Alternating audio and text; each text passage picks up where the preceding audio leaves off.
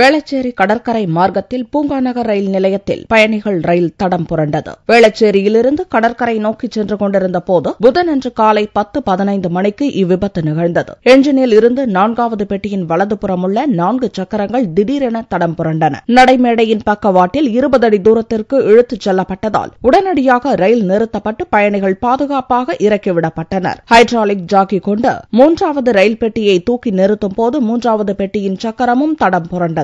இதைத் தொடர்ந்து தீவிர முயற்சிக்கு பின்னர் தடம் புரண்ட பெட்டிகள் ரயில் தண்டவாளத்தில் நிலை நிறுத்தப்பட்டது. பிற்பகல் 2 மணி அளவில் புறநகர் ரயில் போக்குவரத்து சீரானது.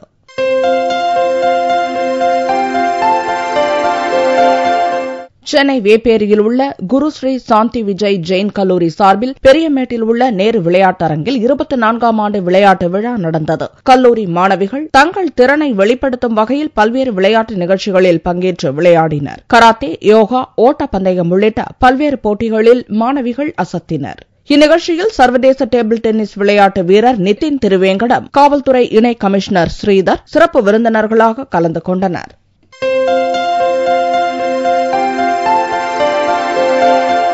இயற்கை சாயம் பூசப்பட்ட ஆந்திர புடவைகள் கண்காட்சி ஆழ்வார்பேட்டை சிபி ராமசாமி அரங்கில் நடந்தது. புடவை, துப்பட்டா உள்ளிட்ட பெண்களுக்கு தேவையான துணிரகங்கள் விற்பனை மற்றும் கண்காட்சிக்கு வைக்கப்பட்டிருந்தது. 18ஆம் தேதி முதல் 21ஆம் தேதி வரை காலை 11 மணி முதல் மாலை 8 மணி வரை பார்வையாளர்கள் வரலாம் என்று தெரிவிக்கப்பட்டுள்ளது. 18 மற்றும் 19ஆம் தேதிகளில் 11 மணி முதல் 3 மணி வரை இயற்கை சாயம் தயாரிப்பு குறித்து விளக்கம் அளிக்கப்படுகிறது. கண்காட்சி துவங்கிய சில மணி நேரத்திலேயே திரளான பெண்கள் ஆர்வமுடன் கலந்து கொண்டனர்.